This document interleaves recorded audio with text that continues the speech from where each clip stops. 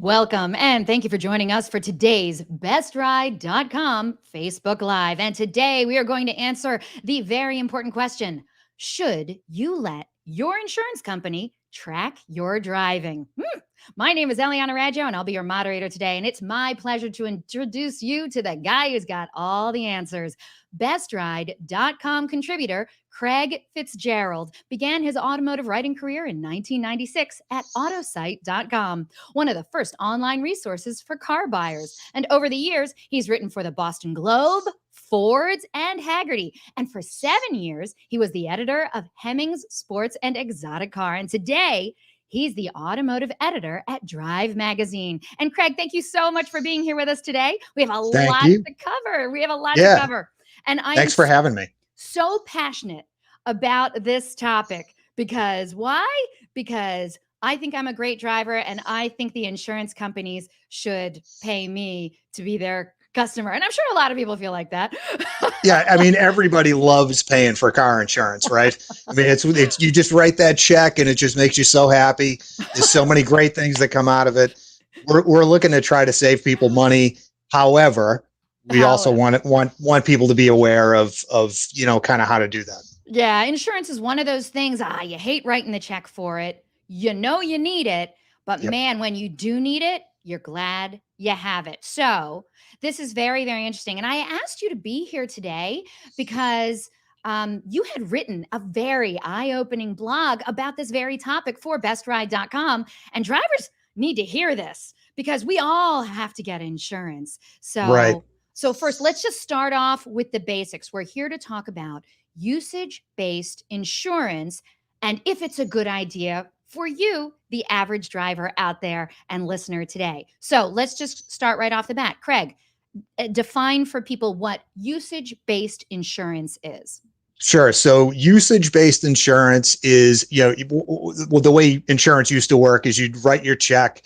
They'd maybe check up on your credit history and your driving history and all that kind of stuff before they provided you insurance. And then you just paid a check every month or, for the year or whatever. Now, with usage-based insurance, they're actually monitoring how you drive, where you can improve, and assessing kind of like credits and demerits based on how you actually drive the car, rather than whether you were in an accident, whether you were written a ticket. I mean, all of those things come into play with usage-based insurance too, but they're also really concentrating on how you drive your car in real time.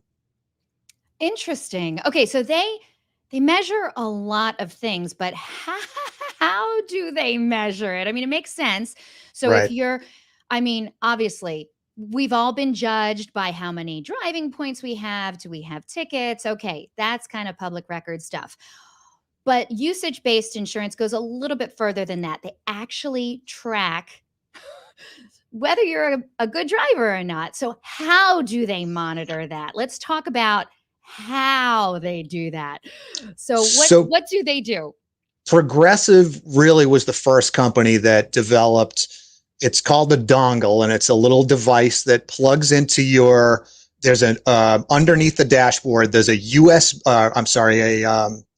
am I trying to say? OBD. An OBD2 port that device plugs into. So OBD2 provides a lot of data about the car, and the device has a little GPS tracker in it, so they know where you're going. You also download an app so that your phone is kind of engaged with this whole thing, and they use that to kind of triangulate where you are, where you're going, how fast you're driving, how quickly you apply the brakes when you come up to a stop sign, how quickly you change lanes. All of this kind of stuff is kind of in one big set of data that they use to analyze your driving habits, and then either provide you a credit or provide you or charge you more for how you're driving, in real time. All right, we're gonna talk about this, but let's real fast. The OBD, onboard dashboard or something like that. That's like the same thing when you take your car in, they hook it up to the OBD to get all the statistics on your car. Isn't that right? Correct. So originally in 1996, when every vehicle produced for the United States had an OBD2 port. The idea was it gave technicians a lot better access to the data that the car was providing on things like coolant temperature and the oxygen sensors that are in the exhaust system. They can monitor all of this stuff, and when one of those sensors goes bad, they can tell exactly what it is. So they're not really experimenting about, geez, what do you think is wrong here? Geez, a check engine light came on. I can plug a scanner into this OBD port and then read exactly what's wrong with the car and change just that sensor. So Okay. it works great. I mean, it really is. It's been an amazingly powerful tool. And you can also, what happened later on was that companies like AutoZone, for example, you pull into an AutoZone and you go, geez, I got a check engine light on. What do you think is going on? The guy from behind the counter can come out with a scan tool, plug it in, and tell you exactly what's wrong. You don't necessarily even have to be a mechanic. You at least can go to your mechanic and say, hey, I think I have a bad O2 sensor. Can you guys change it out? They verify it, and then you're on your way again. So, Okay. like, really, really, like, it's all of the data that your car produces as you're driving down the road. And it's a tremendous amount of data. It is. But once you agree to be tracked and Right. you hook this thing up, can you remove it? Yeah, you can remove it, and you can. So the two things you have to do, you plug this thing in and you download the app. And both of those things, there's like everything else, there's a terms and conditions thing that nobody ever reads and they accept and then they move on. But what you've accepted is we're going to monitor everything you do in the car, everything. So if you pick up your phone, we're going to know it. If you talk to somebody on the phone, we're going to know it. And how you feel about that privacy wise, that's kind of up to you. I mean, we've like the horse has left the barn in a lot of ways on this stuff because we've given up so much privacy with these devices. But this one in particular, you can tell how it's costing you money on a regular basis. You hopefully can tell how it saves you money on a regular basis, but based on the feedback that we've seen in some of the reviews of the program, it's debatable whether or not anybody's saving any money. Whoa, whoa, whoa! Hold on a second. Wait, we didn't get to that yet. But Right. I did read up on this a little bit before I had the pleasure of speaking with you today. Um, I don't think a lot of people like it, or they think it's not very accurate. Now, it's funny Right. because when during your description of what an OBD does and what it tracks, it sounds like, well, this is the perfect solution. Right. But with the plugin plus the app, a lot of people are complaining that they're getting erroneous readings. Can you dive a little bit deeper into what people are saying, actual users of these kinds of modules are saying? Sure. What comes up most frequently is either it said I only drove 50 miles when I drove 300, that's kind of to your benefit. But there's that class of feedback. But then it's mostly around the phone. So for example, you live in a condo complex. You pull into your garage in the condo complex, and there's 6 Wi-Fi signals around you from your neighbor's car, that your phone will actively try to pair with if you've set it to pair with those devices automatically. That the app actually reads as an interaction with your phone, and it will provide you a poor driving credit because you were interacting with your phone while you're supposed to be driving. So there's a lot of things that are like, oh, sounds like a good idea. Like you don't want people actually picking up the phone and texting and all that kind of stuff. But there are many things that the phone does, that are active that you don't necessarily pay attention to. So for example, you're using the GPS in your phone to Right. get turn by turn directions. That's counted as that's what people are saying, is that they're saying that it's counted as an interaction with their phone, which that shouldn't be. That shouldn't be at all. No. Right. No, no. Okay.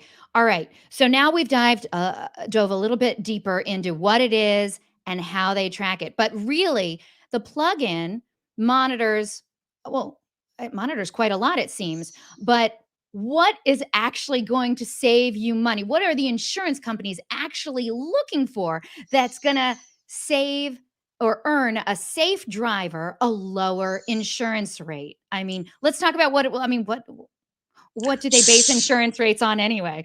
Right. So in general, your insurance rate is definitely based on your driving history. So if you have a completely clean driving history with no accidents, no tickets, you're going to be set at whatever level you're set at. Now, in some states, we talked a little bit about this too. In some states, they actually look at your credit history to determine your insurance rate, which they won't allow them to do that in Massachusetts, but in some states, they are allowed to do that, which is kind of weird too. But, in general, that's what you're driving, what your insurance rate is based on. With usage-based insurance, what it's doing is it's got you in a range, and then you're kind of going lower and higher based on exactly what your driving style is. So if you're 5 miles an hour under the speed limit, you barely touch the brake when you pull up to a stop sign, you let everybody out in traffic, you're basically the guy that everybody hates to be behind, then you're going to get a lower insurance rate, theoretically. If you're the kind of person that drives with your foot to the floor everywhere and you're kind of immediately in the left lane and stay there doing 80 miles an hour, theoretically, your insurance rate is going to be higher. Now, the interesting thing is, if you have no accidents, you're two drivers, right? You have no accidents, one, driver A and driver B. Mm-hmm. And the guy who plugs the thing into his OBD port theoretically will have a lower insurance rate regardless of whether they get in accidents or get tickets, which is kind of like, the only way that an insurance company pays out is if you get in an accident, right? That's the only way that they're, responsible for anything that you do. But the idea is, the theory is that if you're a more aggressive driver, then you're going to cost them more in the long run. So therefore, we're going to assign you a higher insurance rate. Wait a minute. Yeah. Wait a minute. Back it up. You mean to tell me that if you allow them to track your driving and they find you to be more aggressive at driving, or as my husband likes to say, defensive driving. Right. Or from Massachusetts, as we like to say. Fair enough. You mean to tell me this could work against you? Yeah. Yeah, regardless of what your actual driving record is. So you've got no tickets, you've got no accidents. If you're a more aggressive driver than the guy who isn't an aggressive driver, it's not like you're going to pay twice as much, but you might pay 5% more than the guy who drives, a less aggressively. We already covered this. We don't like paying more. No. No, and I don't like giving up the privacy either. Like we said, there's a lot of things that we've given up already, but especially with my insurance company, I want them to know as little about me as humanly possible. Happy to write you a check, and let's move on from there. Okay. A couple of the other things I'm just going to ask you real fast. Hopefully you have the answer for me, because inquiring minds want to know. Do insurance companies, will they charge you more if you drive more? Let's say you drive 300 miles a week compared to, Granny over here who only drives 50 miles a week. Right. So yes, like if you're driving more, then so your insurance company is going to know that one way or another, because when even if you don't use usage-based insurance, you're going to sign a policy with them every year, and they're going to ask you, like, okay, how many miles do you have on the car now? How many miles do you typically drive? And then they're going to ask you in the second year how many miles you actually drove, and they'll start assessing a value based on how much you're driving every year. I mean, it's, that stands to reason. That makes total sense to me Like if you use the car more, you put yourself more at risk. You put the insurance company more at risk. You should pay more. Okay. I just want to note that we have a watcher who said, I see you, Hawk. He says, this topic is great, but his beard is incredible. Oh, Agreed. thanks. I appreciate that. I've been working on it since I was 12. Fair enough. Okay. Now for me, I drive a red car. Am I actually getting charged more because I drive a red car? Do you know? That was like a real urban myth, and I think, I don't think anybody drives a red car anymore. Like there's so, like you must be the only one, because every car I see is like silver, gray, white, black. That's it. Those are There's the a few only of us. colors we have now. We don't like it, but it's the law.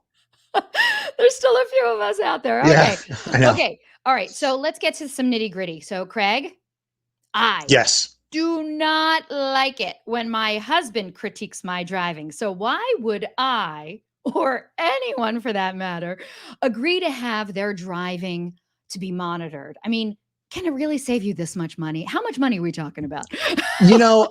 So they were really kind of squishy about how much money you were going to save with a program like this. I mean, it might be 10%, right? So is it worth the 10% to have your driving monitored, or perhaps get more expensive because they actually find out you drive like an idiot? Like, is it worth it? And that's the question I think a lot of people have when they use these things for a while and then figure out, well, maybe the promise isn't as great, or maybe the reality isn't as great as the promise. Like you can save 10% on your car insurance by finding another insurance company.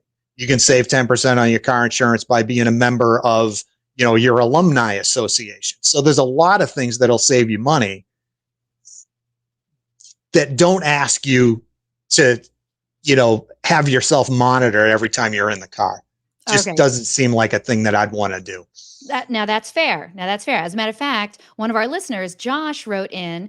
He says, I used Progressive and they pulled me from the program immediately.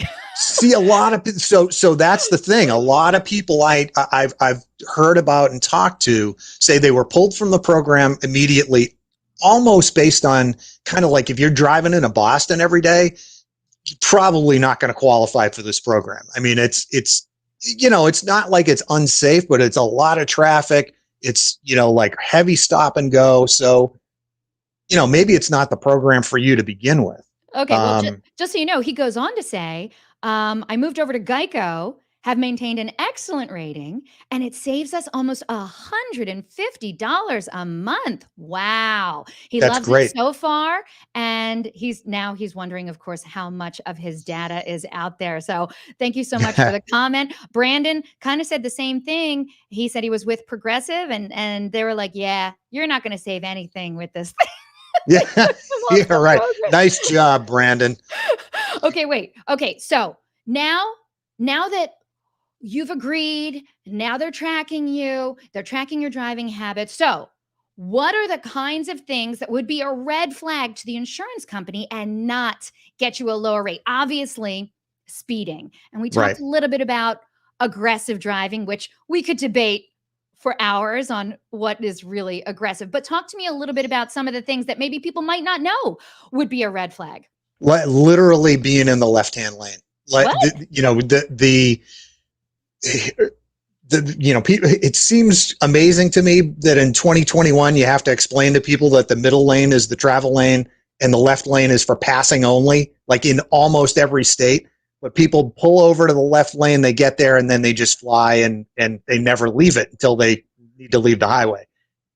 As they monitor you, if you're in the left lane all the time, that's one of the things that they're looking at that kind of indicates that you're a more aggressive driver. So they're building a profile on you based on your driving habits. So again, you pull up to a stoplight and you wait until the very last minute to apply the brakes, that they look at that like you're an aggressive driver.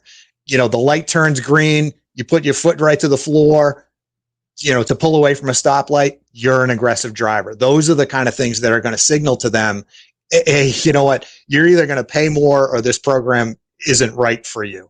Okay. The things Wait, that I think are good for sure are like the phone usage and that kind of thing, but they've got to work all the time. okay, wait. So you mean to tell me if you're driving and someone cuts in front of you and you brake hard, you get dinged for it? Who avoided an accident? So that's the thing is like they don't have any idea what Right. was going on in the car in front of you unless they're tracking him too, I guess. But those things don't get put together. It's just you stepped on the brake really hard, and today you have a meter on that app that tells you, okay, you did 80% today or 100% today. Kind of like a fitness app almost, right? So you walked 800 steps or whatever. It's the same kind of thing where it's like, oh, I didn't do as well today as I should have because some guy pulled in front of me, and I got on the brakes hard. Not your fault. You saved them money. You should, if you had just plowed into them, it would have cost them money. But it's sort of those things add up. And what I should say is like they're really building a profile so that like if you do that all the time, then that's going to indicate to them you're not as safe a driver as you could be. So if you've done it 20 times in a month, it's not just an isolated incident. Okay, but I mean, there's a lot of safe drivers out there, right? No? Well, How many people think that they're good drivers? so that's the thing. Like everybody you talk to, everybody, oh, I'm an excellent driver. I'm fantastic. 76% think that they're safe drivers. I can tell you for a fact, just by driving around today, that's not true. It's most people are sort of not paying attention. They're listening to a podcast. They're doing other things. They're applying makeup and, eating a hamburger, and nobody's a really great driver. You definitely over assess your abilities behind the wheel for sure. Okay, fair enough, fair enough. Okay, so let's answer the question that we came here for. So let's get down to brass tacks. What are the pros and the cons of using one of these tracking devices and apps? I mean, let's start with the pros. Well, the How many pros can you mention? I mean, I would like if you can save money on your car insurance, it's always a good thing. If it makes you a better driver, that's a good thing too. If you're if you're an aggressive driver and you change your driving habits to do better on the app, that's a positive to me, for everybody else, not just you as a driver.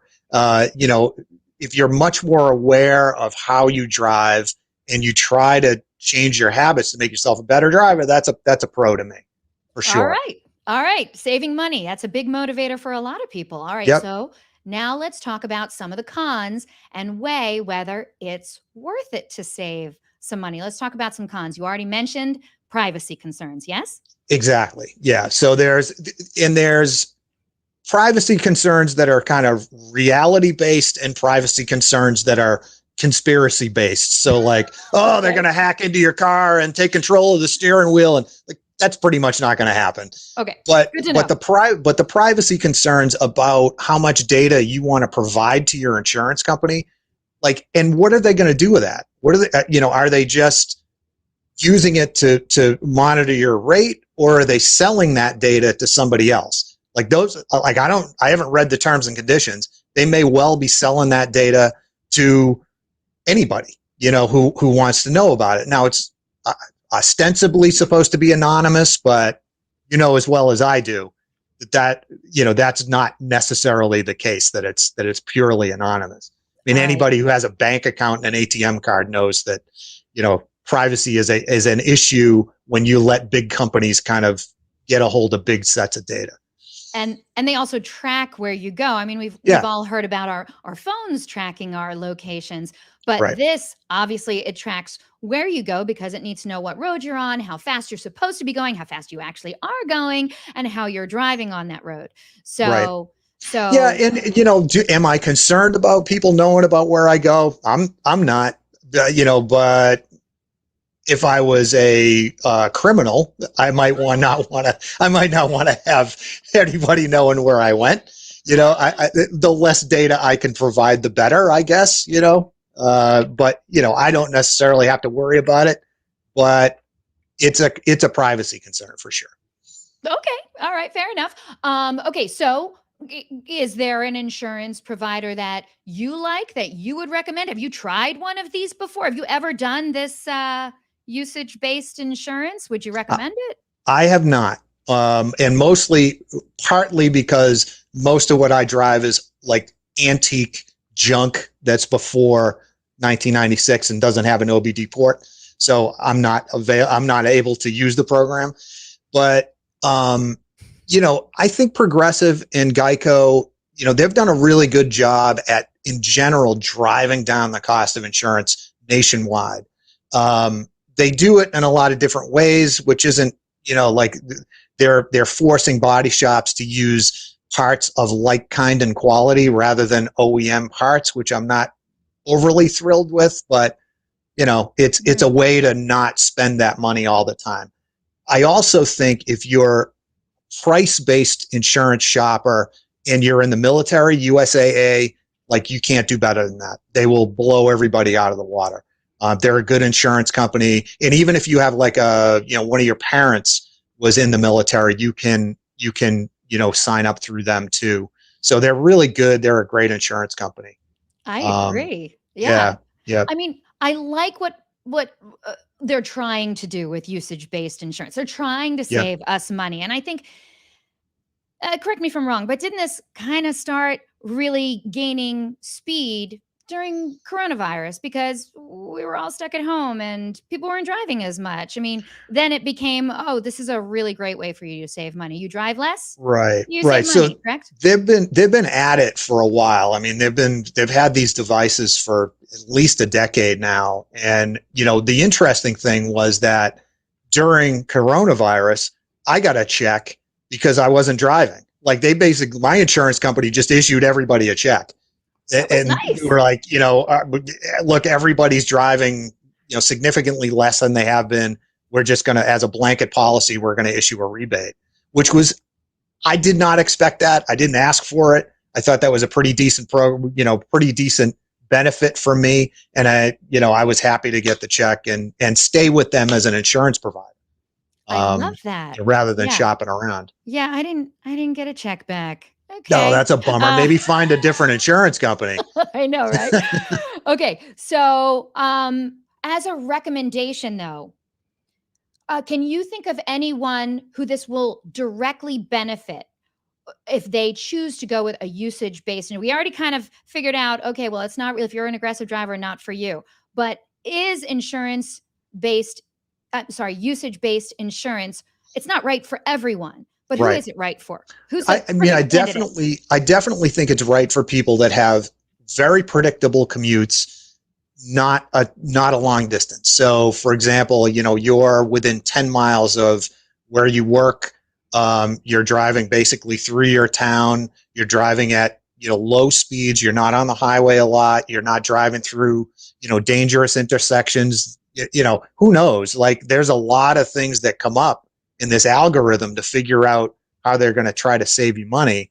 But in general, if your commute is very predictable and you're not, great distances from where you work, you may be able to save some money using one of these things. Yeah, and a lot of people are working from home now. Yeah. So Like good if for I was them. working, I'm working from home. I barely drive anymore. So like, I'm really counting on just the mileage report at the end of the year. Like, geez, you only drove 2,200 miles this year. You're going to save a ton next year. That's what I'm hoping for. This is wonderful information. Thank you so much, Craig. You have really opened some eyes, I think, on insurance in general, but definitely on the pros and cons, the foibles and fallbacks of usage-based insurance, given us a lot to think about. Any And last beard minute? tips too. I Uh, mean, uh, we how might can you have you go on wrong? for another one just on that. I mean, I got to be honest with you. I mean, you know what? We're definitely going to have you back on another Best Good. Ride Facebook Live. So, audience, if you loved what Craig had to say today and you loved his beard, check out our upcoming schedule and find out when Craig will join us again. And, audience, by the way, you can catch up with Craig Fitzgerald right here on bestride.com. His next blog will be coming out soon. Hey, Craig, what you writing about next? I just sent one in on EVs. EVs, and I've got a couple of things coming up on how to plan a road trip when you're driving an EV, which is something that challenges a lot of people, and they haven't really figured out how to map those things out quite yet. All right. And I think road trip snacks is greatly underestimated. I mean, we should do another blog just on that. All right, Craig, you've been amazing. I can't wait to see you on another bestride.com Facebook Live. Thank you so much. And thank you for joining us today. And speaking of bestride.com, did you know it's the smartest, easiest way to find a car online? In fact, 1 in 3 people don't know what vehicle they want to buy. And Best Ride can help by showing you numerous vehicles to consider and helping you narrow it down to the one that's right for you. And you can search by body style, connect with local car dealers, read car reviews. There's also industry news on there, and you can find all that kind of stuff and the blogs that we have at bestride.com/news. There's so many things you can do on Best Ride. We'd like to think that it is your go-to when you are shopping for a car, or even if you know of somebody who's shopping for a car. You can do new, used, certified, pre-owned. You can search by make, model, and even look into cars that are available right in your zip code. And it is a great time to buy a car. And you know what? bestride.com can help. You can search millions of cars to find your best ride. All right, Craig, it's time for us to say goodbye. So, audience, if you have any questions, comments, or suggestions regarding our broadcast and our topics, feel free to contact me directly. My name is Eliana Raggio. I'd love to hear from you. You can email me directly at eliana@bestride.com. And on behalf of Craig Fitzgerald and the rest of the amazing crew at bestride.com, we want to thank you all so very much for spending this time with us today. And I hope to see you all on another broadcast from your friends at bestride.com. Take care, everyone. Thank you. Thank you.